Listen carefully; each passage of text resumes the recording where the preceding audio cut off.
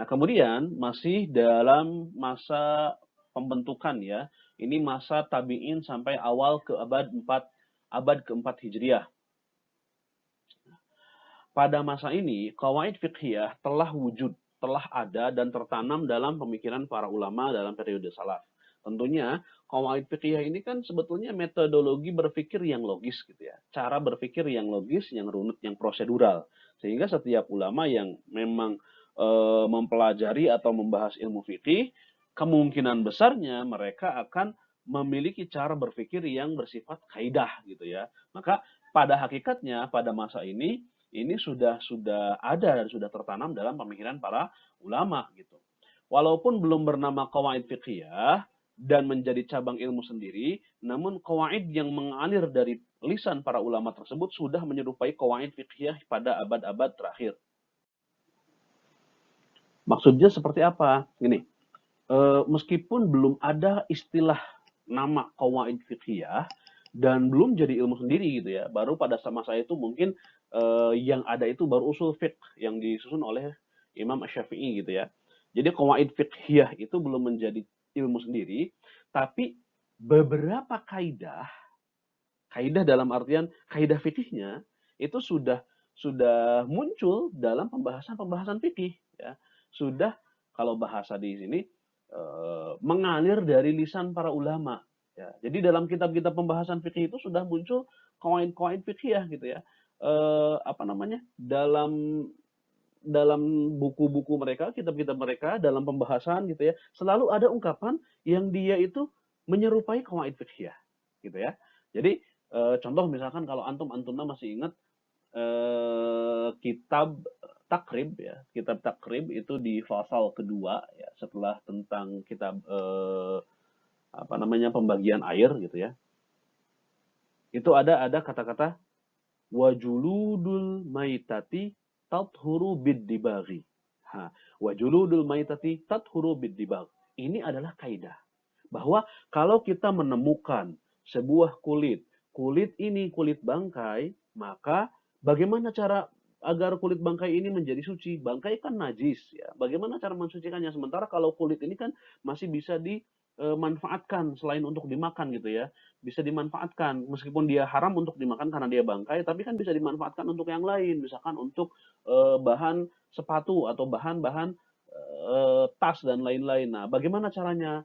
Nah, caranya adalah dengan cara disamak. Nah, wajuludul maitati tathuru bid-dibaghi itu adalah salah satu bentuk kaidah yang muncul gitu ya.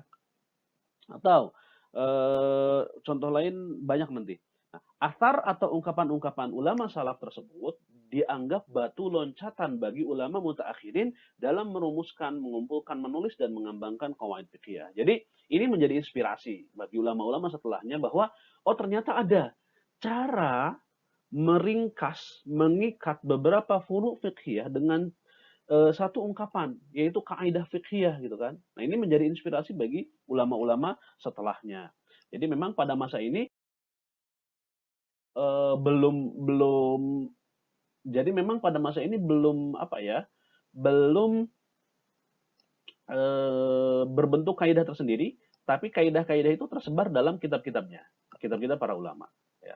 Contoh Abi Yusuf, ini salah seorang ulama Hanafiyah, ya, mazhab Hanafi, mazhab Imam Abu Hanifah, beliau sahabat Imam Abu Hanifah, beliau pernah berkata, "Laisa lil imami an yukhriju syai'an min yadi ahadin illa bihaqqin thabitin ma'rufin." Laisa lil imami an yukhriju syai'an min yadi ahadin.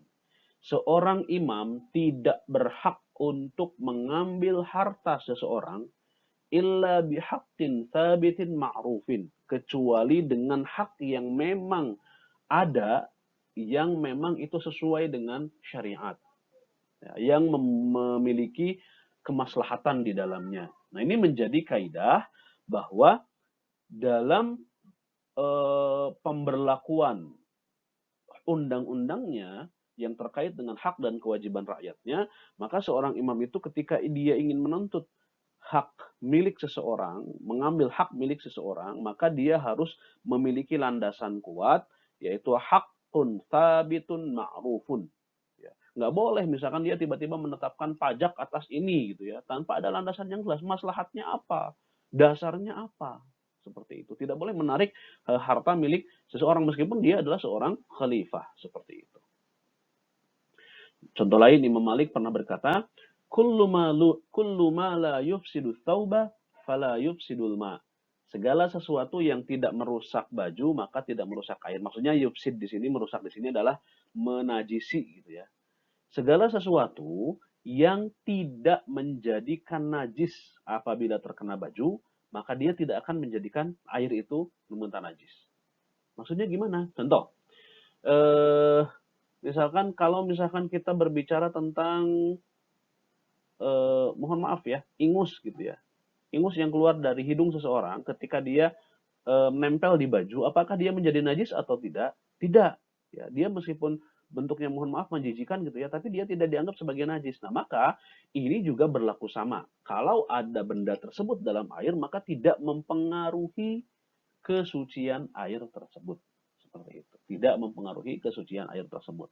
Jadi standarnya sama. Kalau dia membuat baju itu bernajis, maka dia otomatis mempengaruhi kesucian air. Tapi kalau tidak, maka dia juga tidak mempengaruhi kesucian air.